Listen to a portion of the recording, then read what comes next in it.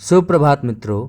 हमारे आज के ऑडियोपीडिया समरी में हम लोग जो है वह रामायण से सीखी जाने वाली 8वीं सीख कर्तव्य के प्रति समर्पण के बारे में बात करने वाले हैं, जिसका परम उदाहरण है हमारे हनुमान जी।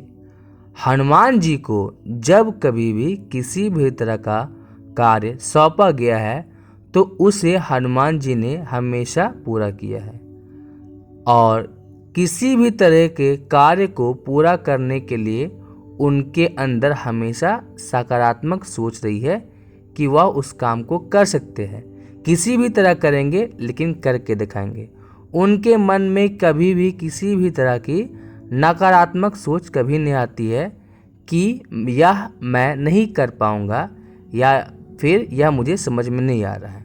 याद है वह समय जब हनुमान जी को संजीवनी बूटी लाने के लिए भेजा गया था, क्योंकि प्रभु श्री राम के अनुज लक्ष्मण जी मूर्छित हो गए थे। तो जब हनुमान जी गए थे हिमालय पर्वत, तो वहाँ पे उन्हें संजीवनी बूटी नहीं मिल रहा था। तो उन्होंने क्या किया, पूरे के पूरे पर्वत को ही लेकर के आ गए थे और उसके बाद लक्ष्मण जी की जान बची थी।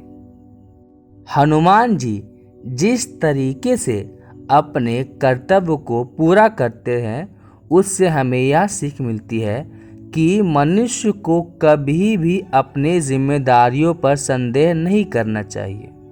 अगर मनुष्य को किसी भी तरह की जिम्मेदारी मिली है तो वह मुख्य रूप से एक समस्या है, और अगर कोई समस्या है तो उसका समाधान भी होगा। बस हमें उसके समाधान ढूंढने की इच्छा हमारे मन में होनी चाहिए और अपने आप को इस बात के लिए सक्षम रखना चाहिए कि हम इस समस्या का समाधान कर सकते हैं। अगर हम बात करें हमारे दैनिक जीवन में कार्य के प्रति समर्पण का, तो उसका सबसे बेहतरीन उदाहरण है भारतीय सैनिक। क्योंकि भारतीय सैनिक के दिल और दिमाग दोनों में भारत माता के बारे में हमेशा बातें चलती रहती है। हमारे भारतीय सैनिक जो है वह हमेशा बॉर्डर पर तैनात रहते हैं और आदेश का इंतज़ार करते हैं, और वह आदेश जो है वह मुख्य रूप से देश की सुरक्षा के लिए होता है। हमारे भारतीय सैनिक जो है उन्हें कभी भी मृत्यु का भय नहीं होता है। उन्हें लगता है कि जब तक जिंदा है तब तक जिंदा है, जिस दिन मर गए वीर गति को प्राप्त होंगे, शहीद कहलाएंगे।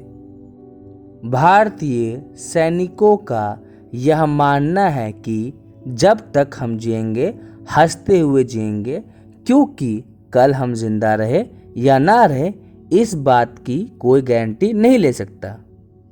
जब तक जिंदा है तब तक जिंदा है, और जिस दिन हमारी मृत्यु हो गई हम वीर गति को प्राप्त होंगे और तिरंगे झंडे में ही अपने घर लौटेंगे। किसी भी देश के सैनिकों के लिए सबसे पहले उनका देश, उनका कर्म आता है, फिर उसके बाद उनका परिवार और इच्छाएं आती है।